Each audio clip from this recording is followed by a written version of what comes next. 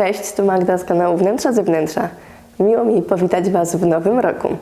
W tym filmie pokażę Wam cudowne, oryginalne i nieszablonowe mieszkanie Karoliny, właścicielki studia projektowego Grupa Nono.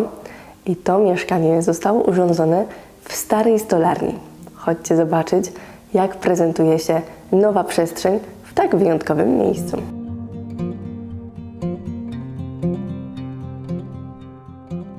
Witam Was w moim prywatnym mieszkaniu. Mieszkam tutaj z moim mężem Mateuszem oraz kotem Pumbą. Mieszkanie jest nietypowe. Zostało zrealizowane w przestrzeni dawnej stolarni, w której pracował jeszcze mój pradziadek. Mieszkamy tutaj już od roku i możecie zobaczyć, jak się urządziliśmy.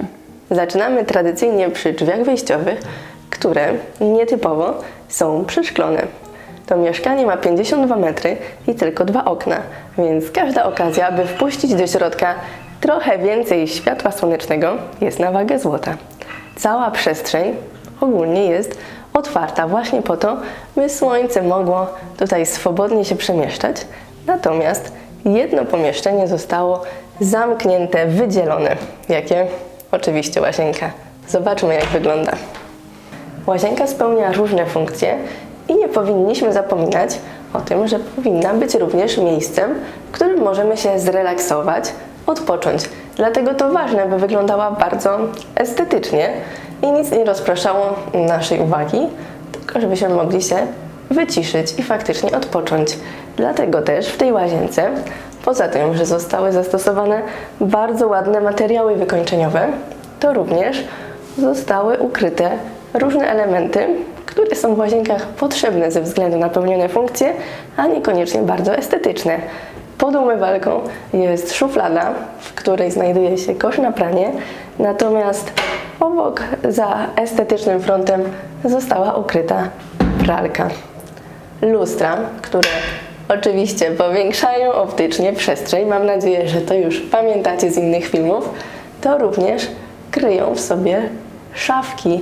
Więc mamy tutaj raz, dwa, trzy, cztery, 5 szafek, które nie rzucają się w oczy, a kryją zdecydowanie dużo różnych rzeczy, które chcemy mieć pod ręką w łazience.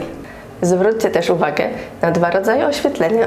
Na suficie lampki, które równomiernie oświetlają całą przestrzeń, a tutaj nad umywalką takie delikatniejsze oświetlenie blatu, które możemy włączyć, gdy przychodzimy do łazienki w nocy, zaspani, zmęczeni i nie chcemy zapalać zbyt ostrego światła. Do dalszej części mieszkania przechodzimy, mijając takie przeszklone drzwi. I tutaj warto podkreślić, że łazienka jest właściwie w centralnej części tego wnętrza, dlatego pewnym wyzwaniem okazało się znalezienie sposobu na izolację akustyczną od części dziennej. Dlatego Karolina zdecydowała się na zrobienie szafek na wszystkich ściankach dookoła, które będą dodatkową warstwą izolacyjną, a przy okazji dostarczą dużo miejsca do przechowywania. Zajrzyjmy do nich, bo tam też jest coś, co powinniście zobaczyć. Dużo się mówi o metodach sprzątania Marie Kondo, ale mało kto stosuje jej zasady w praktyce. Karolina dostosowała wysokość półek właśnie do takiego przechowywania swoich ubrań. A taką szafę na buty pewnie chciałaby mieć połowa z Was. Dajcie znać w komentarzach, czy się nie mylę. Kot również ma tutaj swoją szafkę. Za tymi drzwiczkami z okrągłym otworem jest schowana kuweta. Pewnym przełamaniem dla tych minimalistycznych frontów jest mocno zdobiona sofa. Natomiast Wy, pewnie skupieni na szafkach, które Wam pokazywałam, nie zauważyliście, że tutaj jest drabina i nad łazienką jest dodatkowa przestrzeń, tak zwany pokój górski, gdyż znajdują się tam sprzęty wspinaczkowe Karoliny i Mateusza. Mam nadzieję, że nie macie lęku wysokości, bo wchodzimy na górę.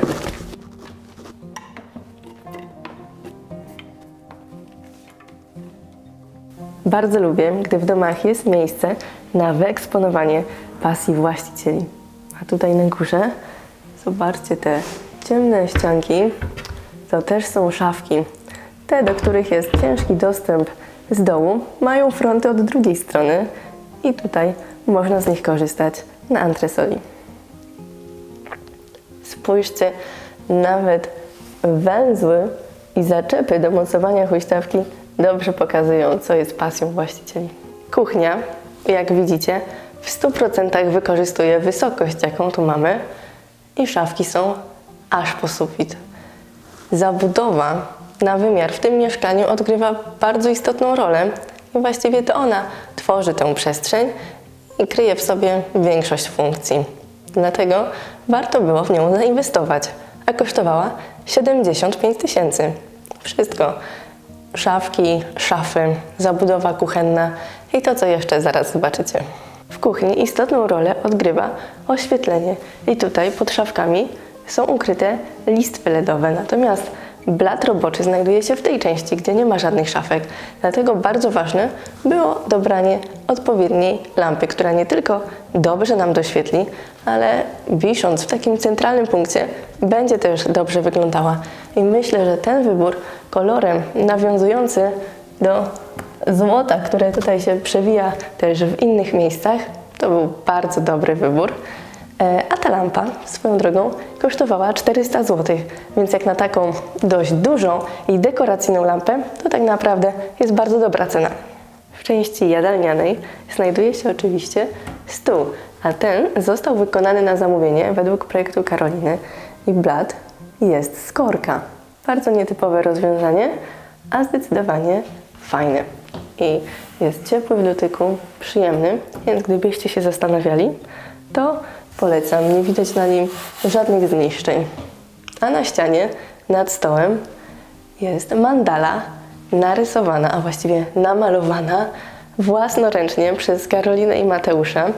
Jestem pod olbrzymim wrażeniem, bo zrobienie takiego wielkiego koła na ścianie naprawdę nie jest proste, więc docencie. W części, która znajduje się za mną, mamy przestrzeń do pracy, przestrzeń dla gości oraz sypialnię na antresoli. To biurko jest chyba najbardziej wyjątkowym elementem tego wnętrza, bo jest to stół stolarski z 1936 roku, który należał do pradziadka Karoliny, który miał tutaj właśnie swoją pracownię stolarską. Nie widać tego teraz zupełnie, natomiast jest to stary budynek, który został wyremontowany. Niestety nie udało się odkryć cegieł, które tutaj są w ścianach poukrywane, gdyż nie były w zbyt dobrym stanie, nie były zbyt estetyczne i wymieszane z różnymi instalacjami. Natomiast ten stół znalazł swoje miejsce i jest teraz biurkiem. Po tylu latach wciąż jest używany, funkcjonuje i ma taki niesamowity klimat. Uwielbiam takie meble, które właśnie opowiadają sobą jakąś historię. A skoro już tutaj jesteśmy w miejscu pracy, to porozmawiajmy też trochę więcej o cenach. Mówiłam Wam już, że meble na zamówienie kosztowały 75 000, ale powiem Wam też, jak prezentuje się sytuacja z innymi elementami tego wnętrza.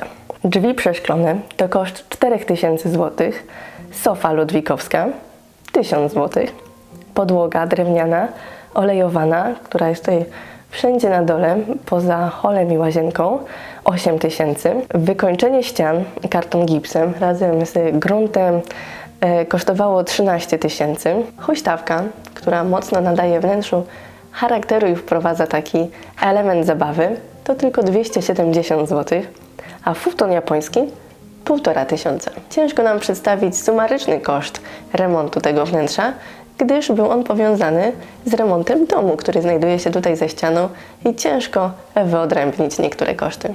Jeśli zastanawiacie się, co to jest ten futon japoński, to już wyjaśniam. To jest ten materac, który może pełnić rolę sofy, albo można go rozłożyć na płasko i wtedy pełni rolę łóżka. Dlatego świetnie się sprawdza właśnie tutaj, w takim pokoju dla gości, który, gdy ktoś tu nocuje, można oddzielić zasłonką.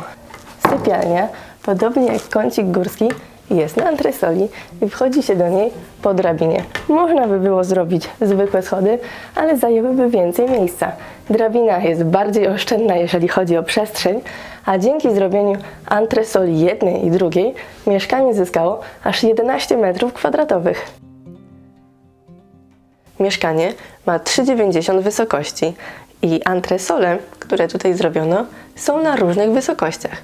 W łazience pod antresolą górską jest trochę wyżej niż w części gościnnej, która znajduje się pod nami. Tutaj właścicielom zależało, żeby obie części były bardzo komfortowe dla nich. Dlatego tu bez problemu mogę się wyprostować i mam spory zapas do sufitu. Szafki, które tu widzicie, są widoczne również od strony kuchni. Te najwyższe, najbliżej sufitu, od strony kuchni się nie otwierają. Tamte fronty to tylko zaślepka, a z tej strony jest dostęp do zawartości w sposób zdecydowanie bardziej komfortowy niż tam, gdzie musielibyśmy sięgnąć po drabinę.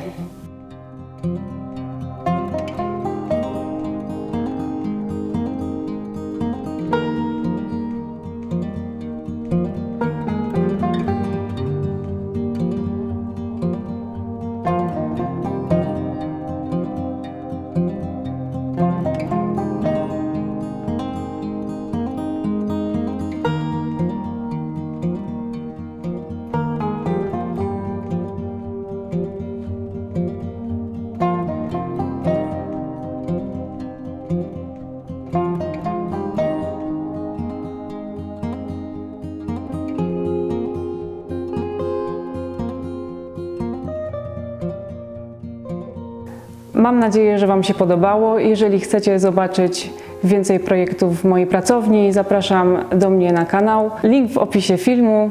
Do zobaczenia.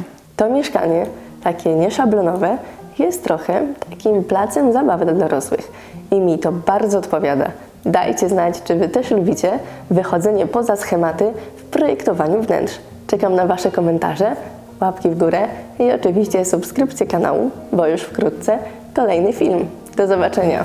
Pa!